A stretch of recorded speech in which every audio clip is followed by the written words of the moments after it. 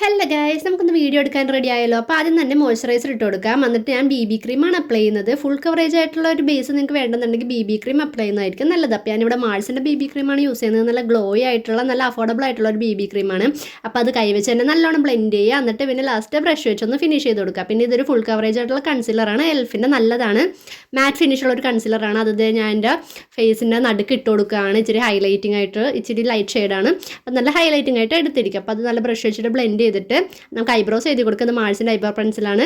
നല്ല പെൻസിലാണ് കേട്ടോ. അപ്പോൾ അത് വെച്ചിട്ട് നല്ലോണം എഴുതി കൊടുക്കുക. എന്നിട്ട് പിന്നെ കണ്ണിൻ്റെ പൊക്കത്ത് ക്രീസിങ് ആയിട്ടുണ്ടാവും. അപ്പോൾ നമുക്ക് കൈ വെച്ച് സ്മഡ്ജ് ചെയ്ത് കൊടുക്കാം. എന്നിട്ട് ഞാൻ എൻ്റെ ലിപ് ലൈനർ കാണാനില്ല, അതുകൊണ്ട് ഞാൻ ഈ കെ ബ്യൂട്ടിയുടെ ഒരു ഡാർക്ക് കളർ ലിപ് ഷെയ്ഡാണ് ലിപ് ലൈനറായിട്ട് യൂസ് ചെയ്യുന്നത്. നല്ല ഷെയ്ഡാണ്, പക്ഷേ അധികം പിഗ്മെൻറ്റഡ് അല്ല ലിപ്സ്റ്റിക്ക്, അതൊരു ലിപ് ക്രയോണാണ്. പിന്നെ ഞാൻ കളർ പോപ്പിൻ്റെ ഈ ലിപ്സ്റ്റിക്ക് വെച്ചിട്ട് ഒന്ന് ഷെയ്ഡ് ചെയ്ത് കൊടുക്കുകയാണ്. അത് ക്യാമിന്ന് പറഞ്ഞിട്ടുള്ള ഷെയ്ഡാണ്. ലിപ് ലൈനർ ഒന്നും കൂടെ മര്യാദക്ക് ആവാത്തോണ്ട് ഞാൻ സോഫ്റ്റ് വെയർ എന്നുള്ള ഷെയ്ഡ് കൂടെ അപ്ലൈ ചെയ്ത് കൊടുക്കുകയാണ്. എങ്ങനെയുണ്ട് guys? Subscribe for more videos.